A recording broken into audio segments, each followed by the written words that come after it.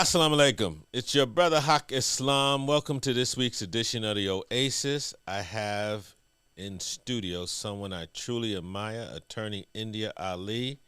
She is going to talk to you about wealth building and estate planning.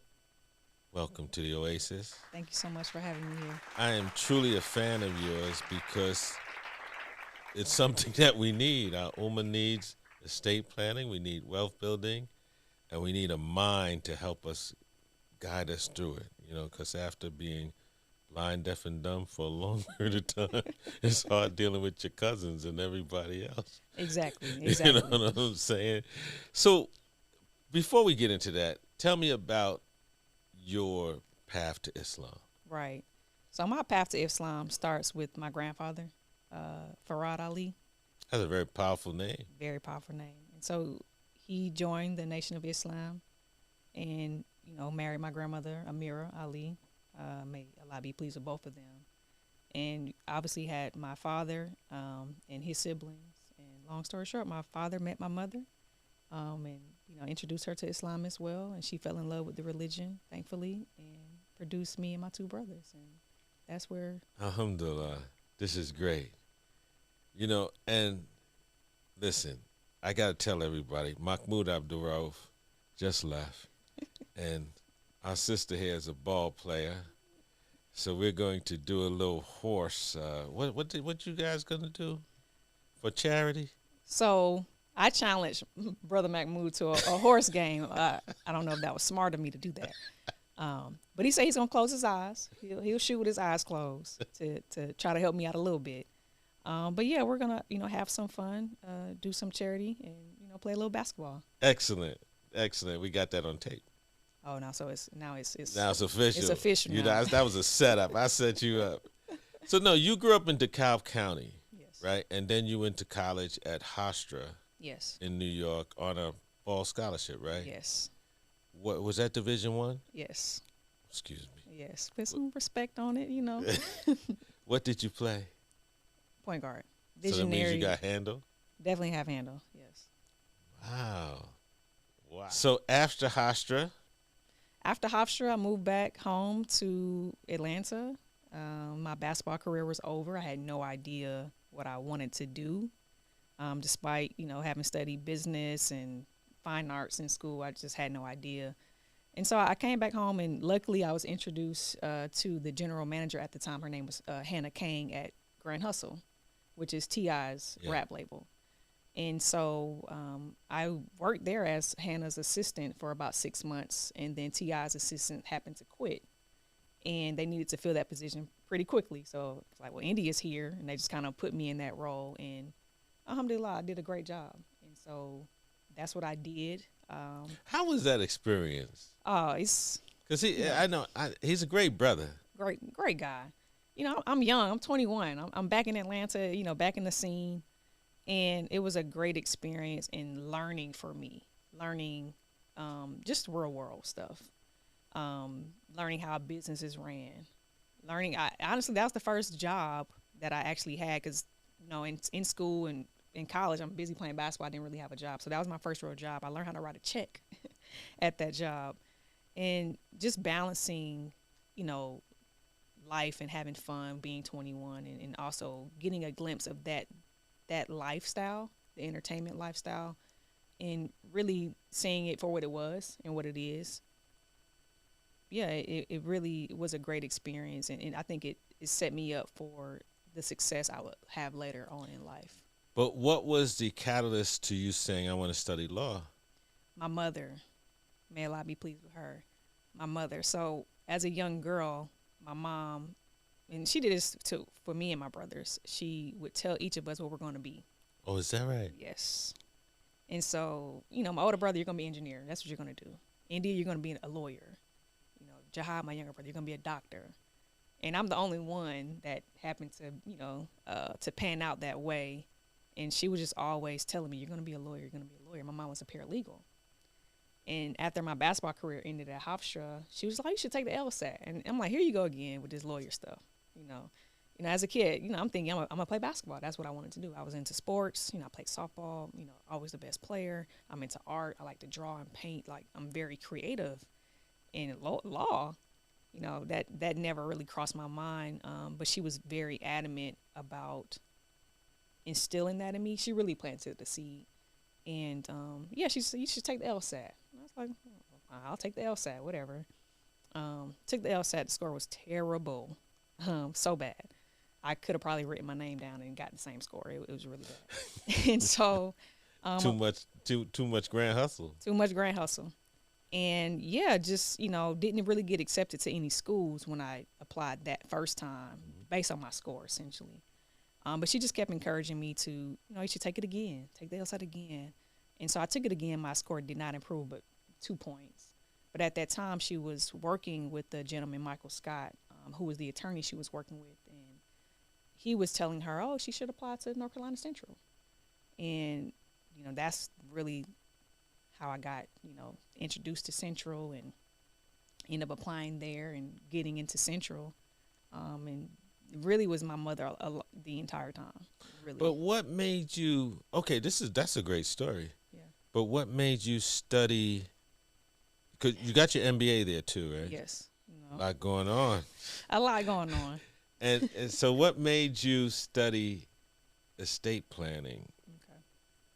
Okay. How did that come about? Gotcha. So in law school, and it is probably different now, and it might depend on what law school you go. So at Central, there wasn't a specific area to study. It was really just general. And estate planning was very minimum of what they taught, because that's very much niche practice, right? There's not a lot of estate planning attorneys. I'm learning more that there are a lot of us now, but not in our community. Not as much in our community, unfortunately. But I got introduced to it after I got married. Really, the thought actually occurred to me. Well, I'm married now. We need to get our estate planning in place, and my husband and I have a blended family, so that was one of the first things we talked about. Well, okay, we're getting married, but you have children that are not my children. So if anything happens to you, we need to make sure that I don't have any, baby mama drama. I don't have any of that going on. I want to make sure your kids are taken care of as well. And if we have any kids, which we do now, to make sure that we're taken care of too. That's an excellent point. I never thought about that. Yeah. And we have a lot of blended families in our. Yeah.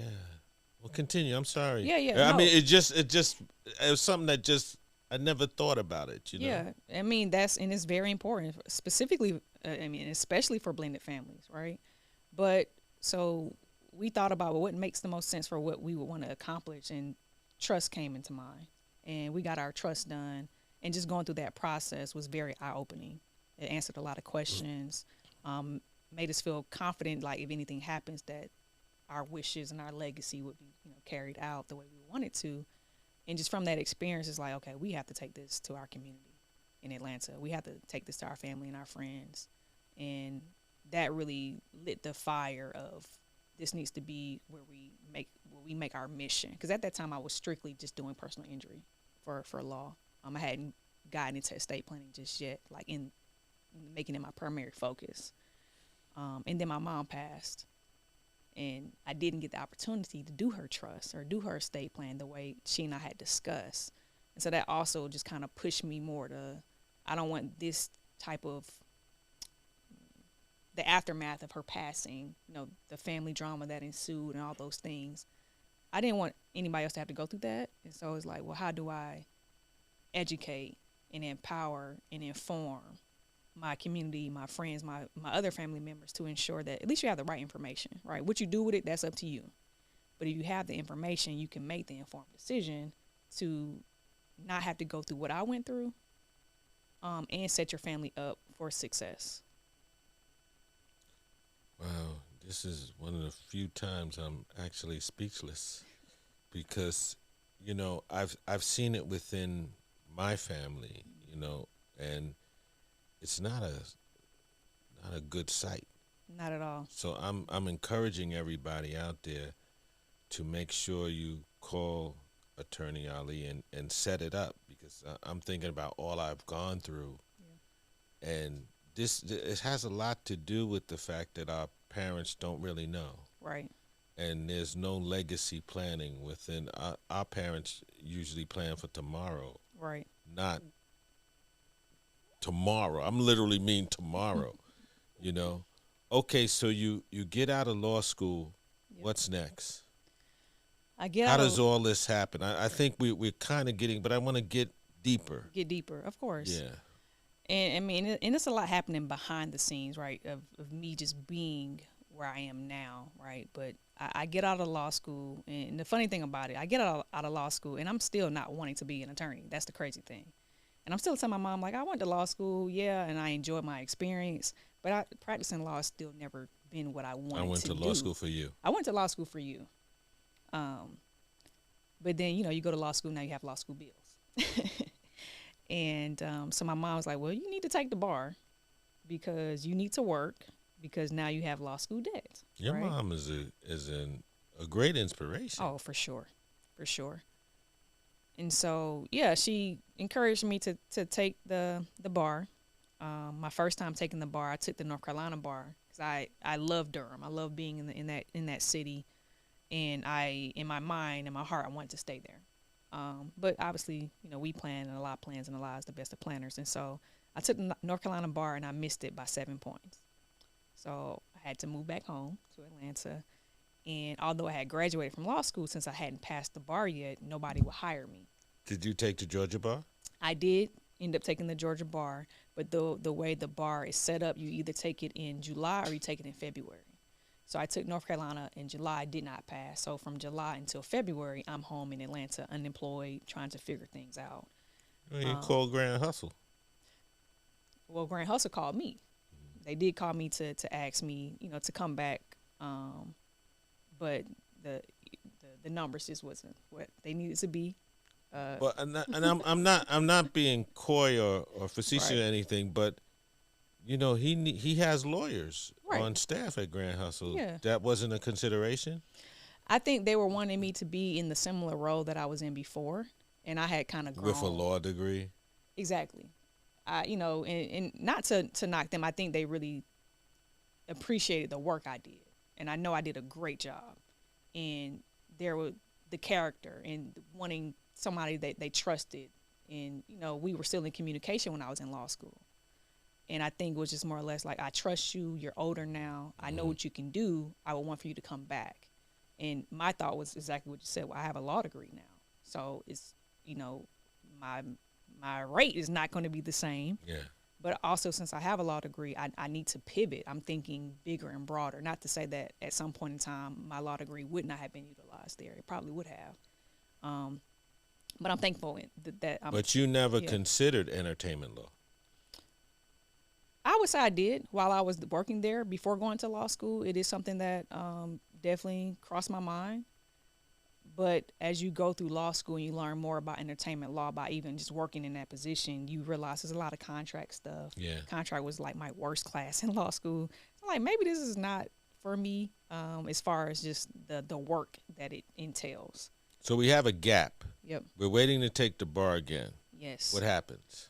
So I'm waiting to take the bar again. So I'm just studying at this point. My mom is allowing me to, live at home. Nope, not paying any rent. Obviously, I'm not making any money. So I'm studying, preparing for the bar these next couple of months and trying to figure out what I want to do. And another thing about Georgia bars, you take it in February, but you don't get your results until like May. So you're still waiting, right?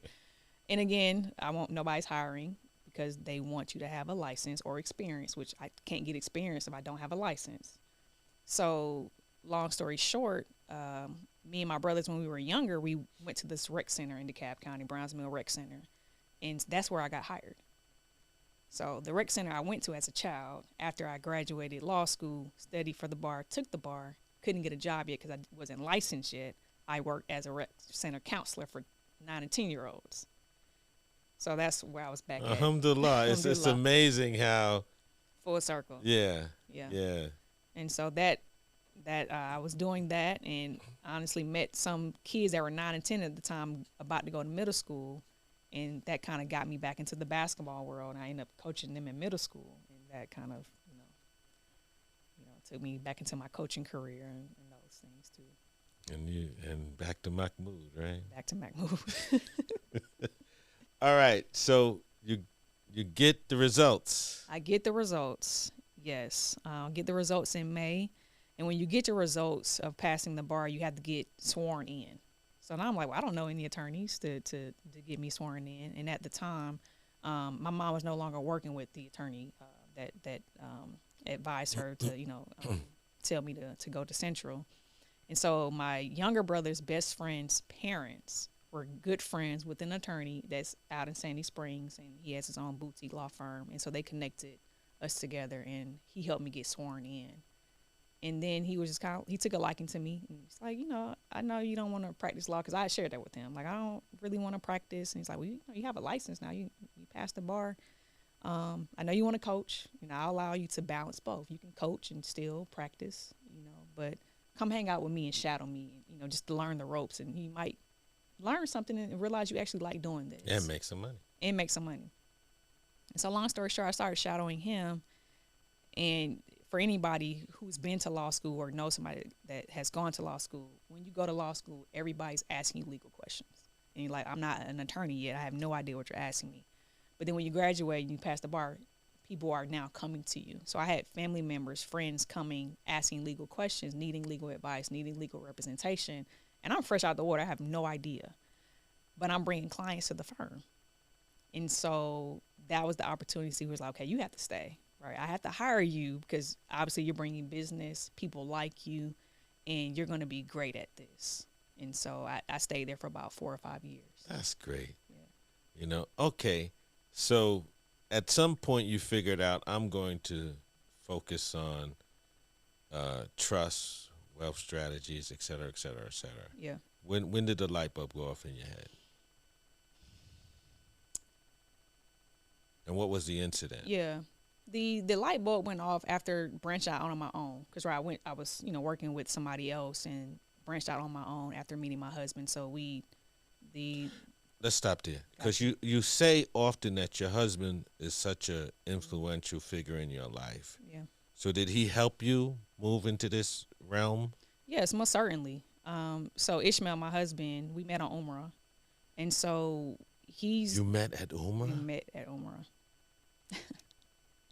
That's amazing. Right. Met at Umrah. And so when we met, he learned that I was an attorney, and he learned how much I was making. No, how does this happen? We can't skip that because part, right? It's thousands of people. And what is it? Like, you looked at him and he looked at you? We were in the same travel group with Imam Suleiman and his wife, Sister Shahida, out of the Atlanta Masjid and Hajj Pros.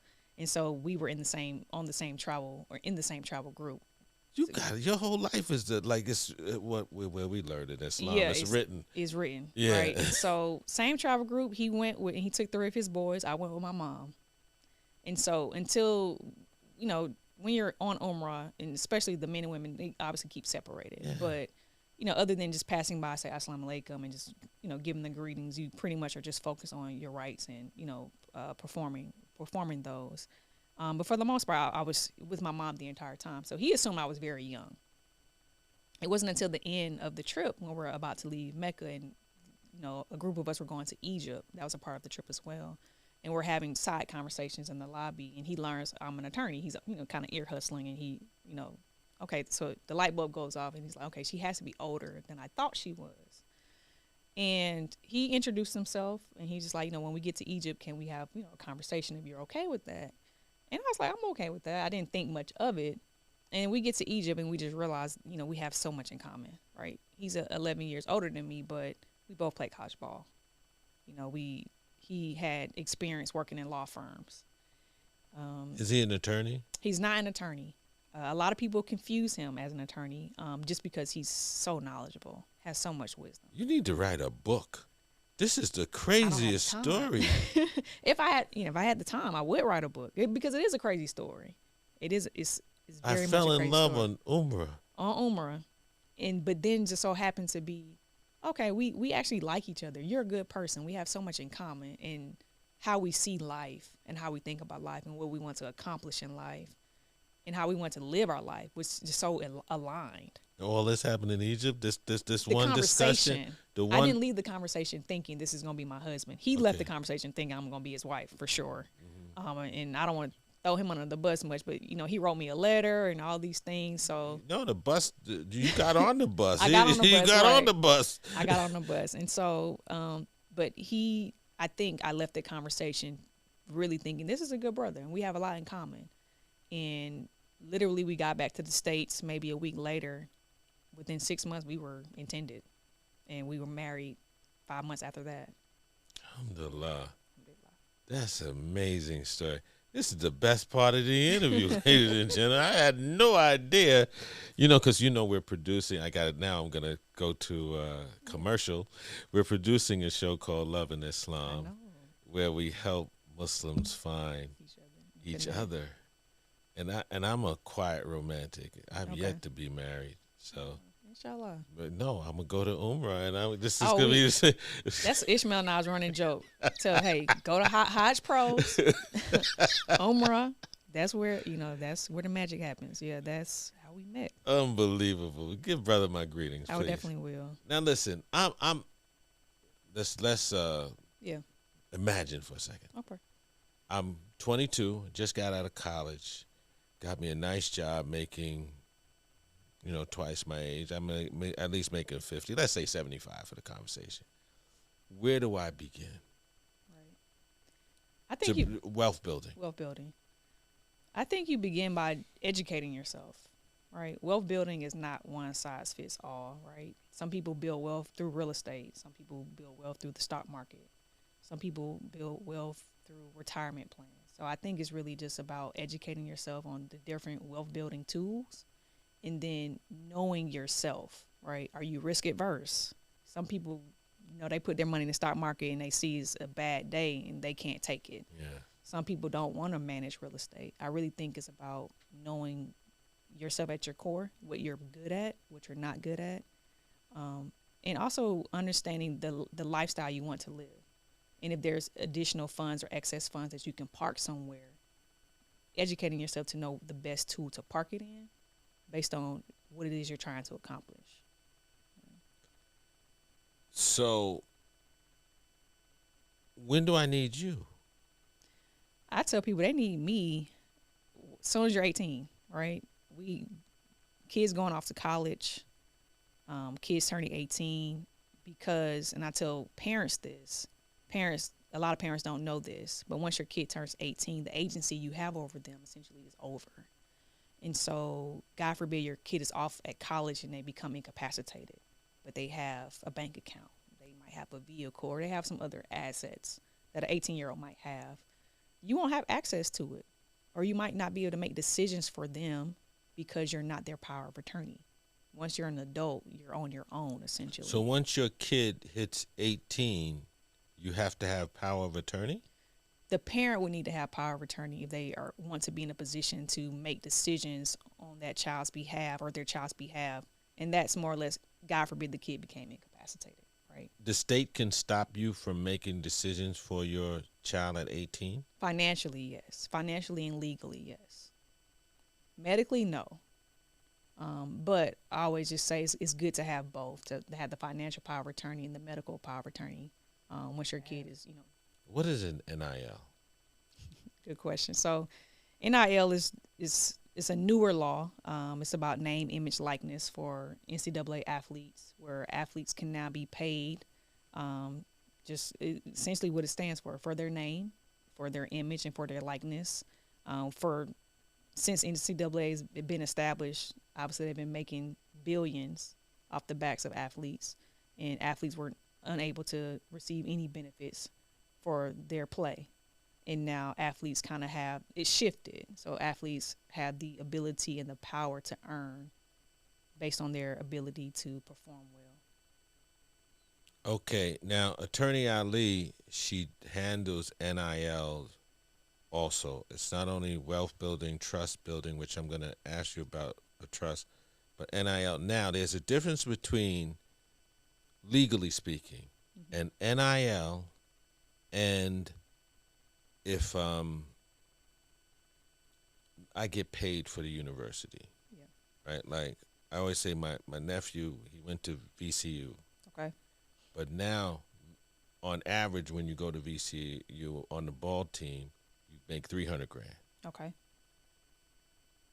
I don't know what that's called, but that's different than that's called getting paid, but that's different than an NIL. Right.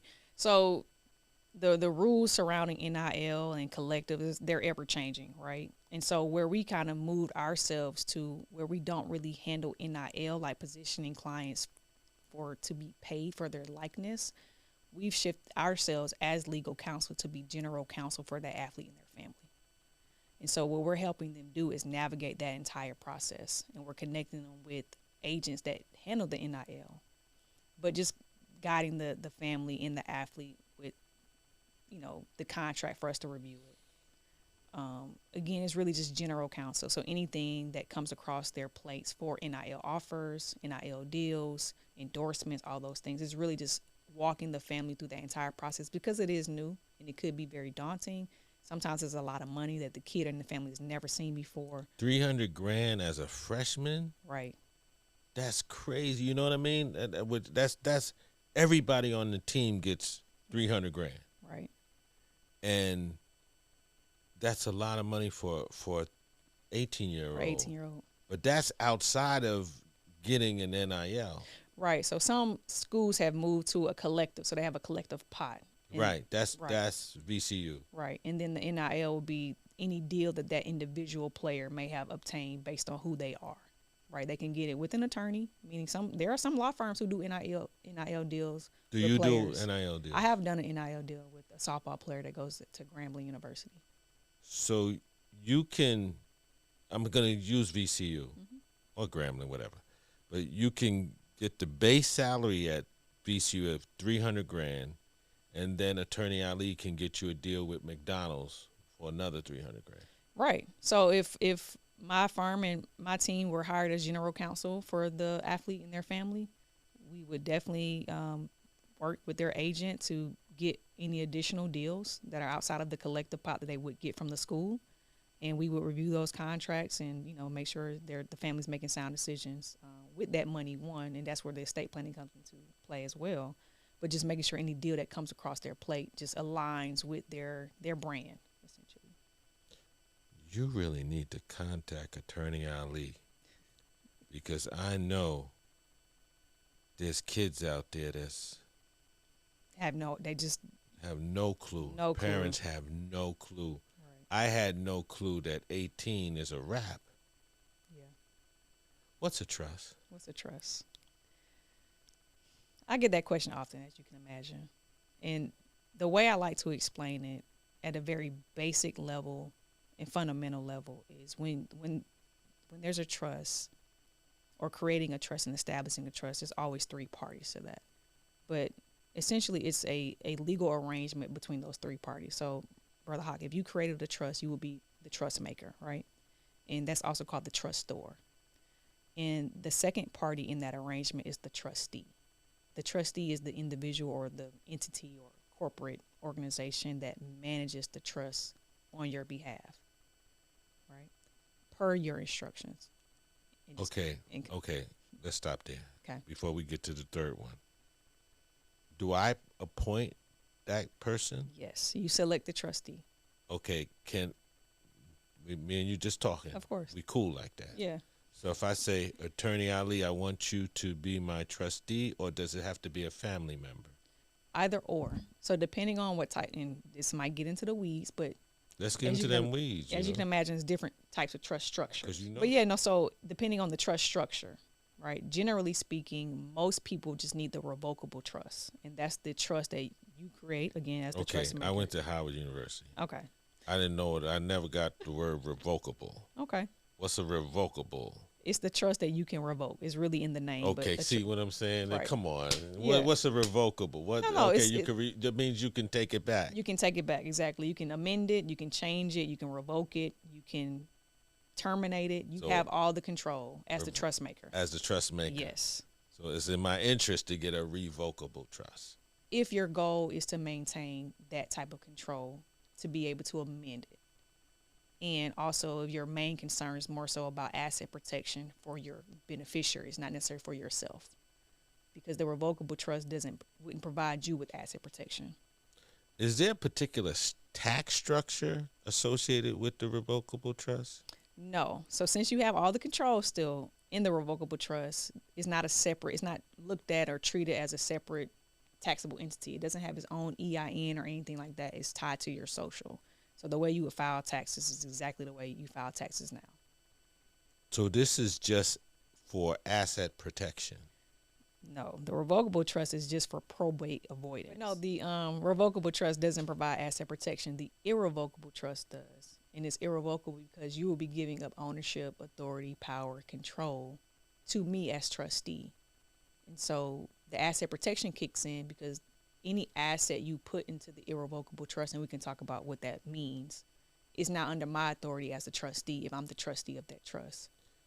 If I'm in the process of continuously accumulating assets, every asset that I accumulate, can I throw into the trust? Yes. What's the benefits? At the very basic level, the reason people do trust is to avoid probate court. And when we're talking about legacy, generational wealth, statistically, we know that 70% of inherited wealth that's given outright, meaning at somebody's passing, it goes directly to another person in the family or the beneficiary, meaning it's under their authority and control. 70% of that is lost in the first 36 months. So within 3 years of somebody passing away and their assets being inherited directly by a family member, within 3 years, 70% of those assets or that wealth is now lost. So when we're talking about legacy and generational wealth, it's not happening because we're not doing estate planning properly. That's a damn shame. It is. 70% of African Americans do not have an estate plan at all. We don't have power of attorneys. We don't have a will. And then 90% of us don't have a trust. Why do you think that is? I want to say lack of information. I can't really say that that's the case anymore because there's so much information out there now about this, and it's very trendy and hot topic. Generational wealth is a buzzword now, right? Financial freedom, those are buzzwords. Legacy is a buzzword. Everybody's talking about it. So I can't say it's a lack of information. I think it's some ignorance. Some people feel like they know better. Some people don't want to think about death. That's an elephant in the room. In most families, we don't want to have that conversation. So we just don't talk about it. You recently opened up an office in Ghana. Yes. Why? That's my husband's doing. I have to give full credit to Ishmael for having that vision and that foresight. It's something he shared with me recently that he had written this down many years ago before we even met, of envisioning having an office in Africa. Well, you tell Brother Ishmael he need to come on the show. I will definitely let him know. But seriously, are you there to do? No, I'm serious about him coming on the show. I didn't mean it in any other way than that. But are you thinking about doing estate planning there? But it's a whole nother legal system. Right, it's a whole nother legal system. So we're in talks with seeking to hire attorneys in Ghana to do estate planning, to do or estate to do planning something in other practice areas out there. But our main goal was to, because we're in the process of in the state of growth within our firm, and what we notice is when firms, specifically law firms, are trying to scale and automate their systems, we've gotten a lot of contact from companies that do outsourcing and virtual assistants and all those things, but none of them look like us.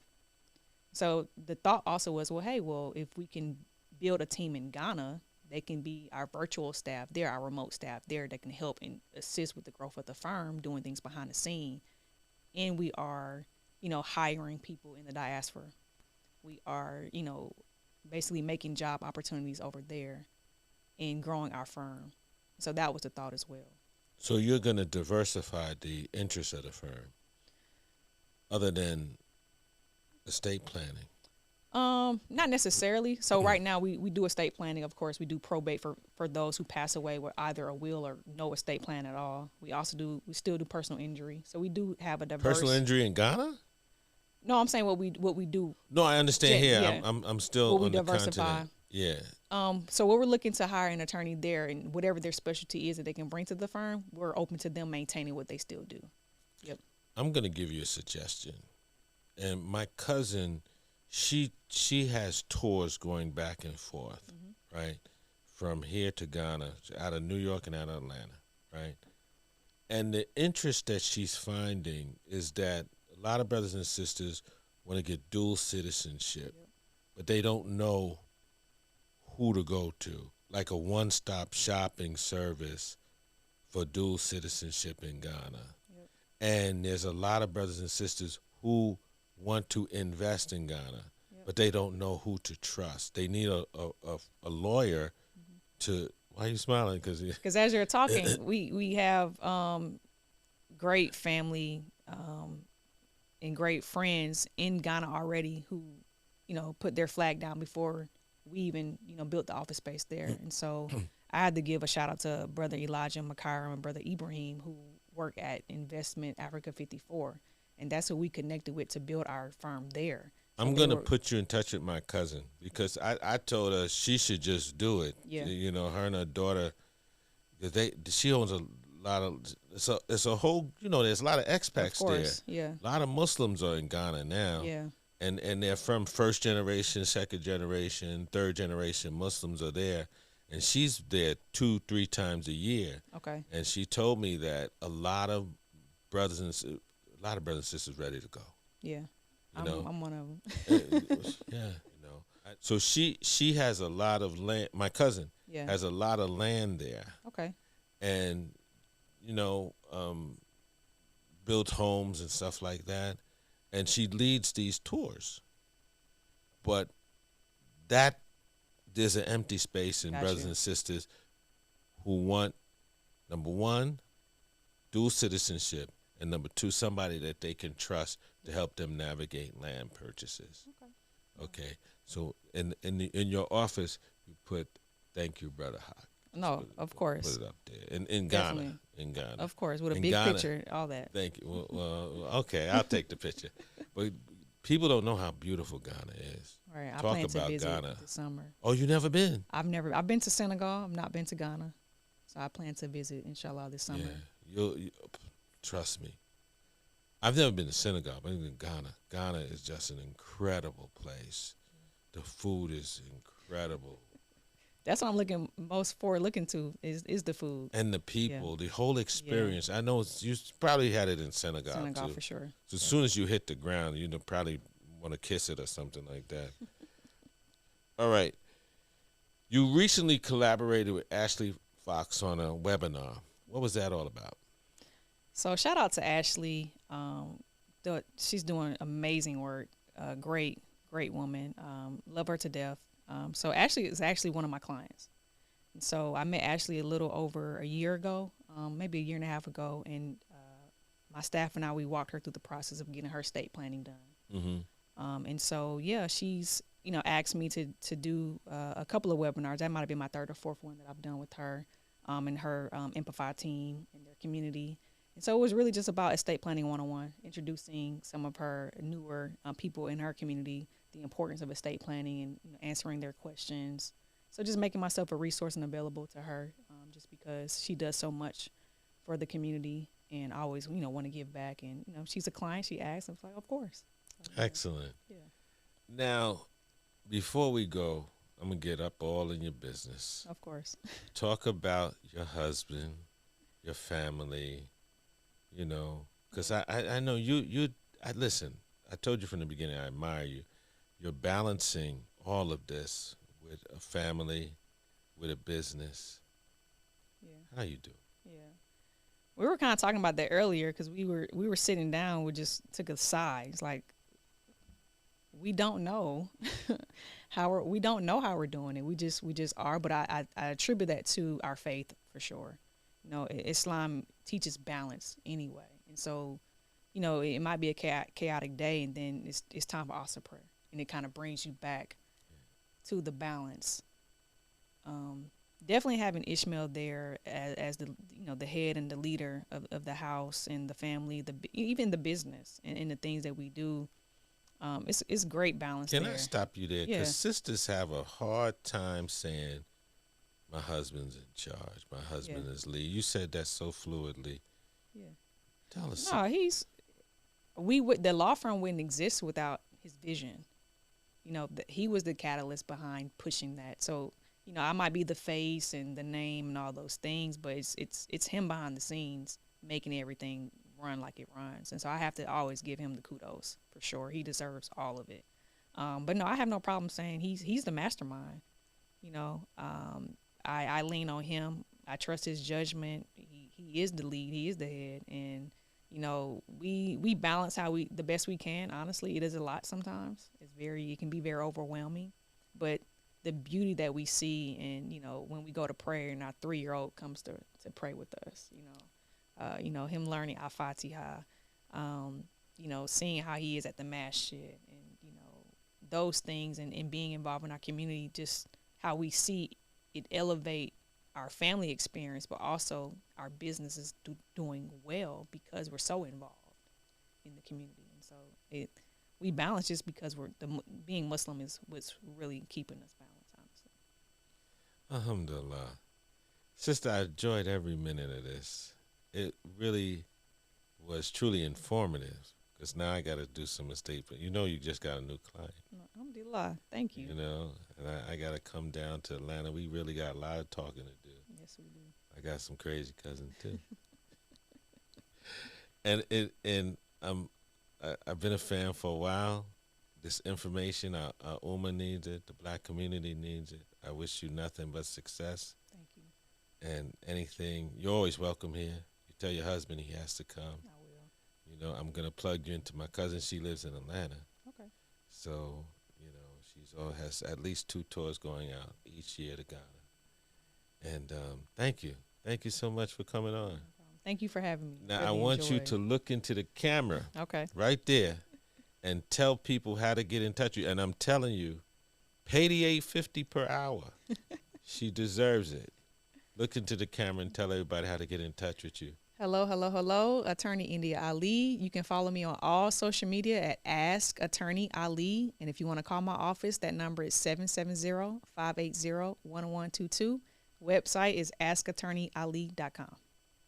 Again, thank you, sister. Give your family my greetings. I definitely And I will. look forward to seeing you in Ghana. Inshallah. Thank you. Okay, Oasis, this was filled with such information. As my brother Gilly would say, we just gave you $1 million worth of game. Thank you for tuning in. Until we meet again on the Oasis, it's your brother Haqq Islam. Assalamu alaikum.